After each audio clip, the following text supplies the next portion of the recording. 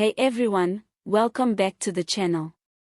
Today we are diving into one of the most fascinating and dramatic political stories happening right now, the MK party ghost that Floyd Shivambu just couldn't shake off.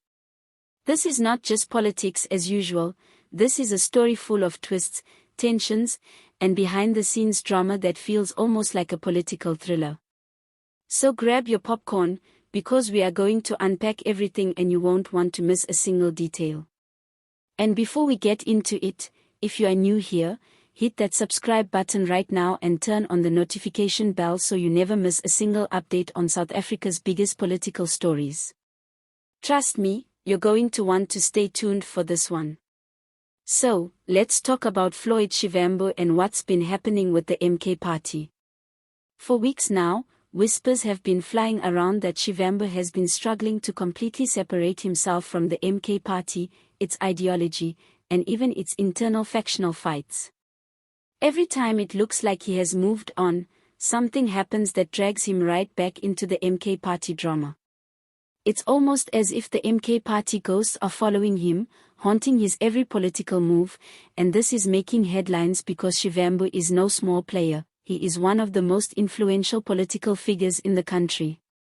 People are starting to wonder whether this connection is deliberate, strategic, or just bad luck on his part. Recently, there were rumors that Shivambu had tried to distance himself from some of the more controversial elements of the MK party.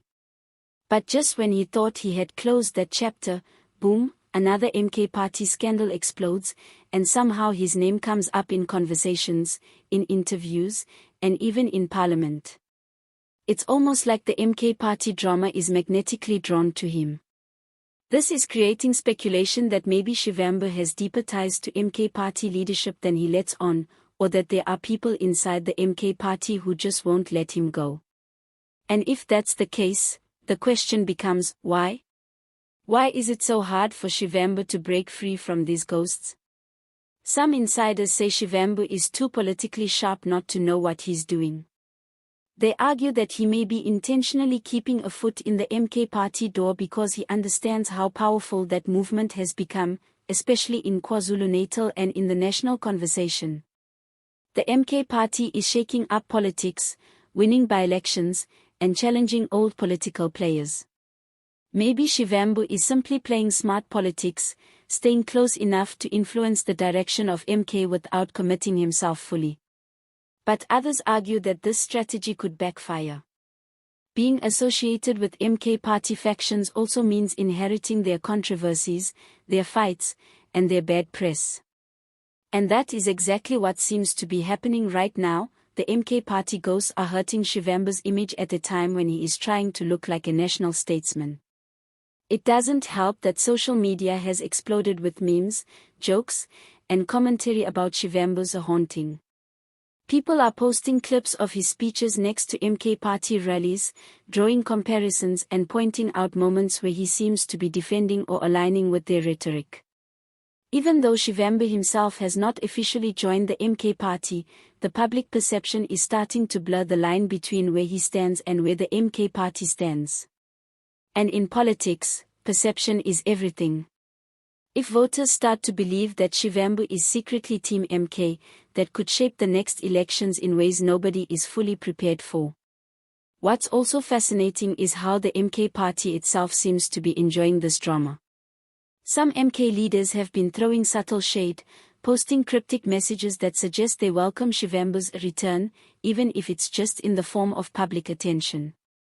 This creates a situation where Shivambu has to either openly reject them, which could alienate some of his supporters, or continue to walk this fine line and risk being seen as indecisive. It's a tricky game, and every move he makes seems to keep him in the headlines, which might actually be exactly where he wants to be.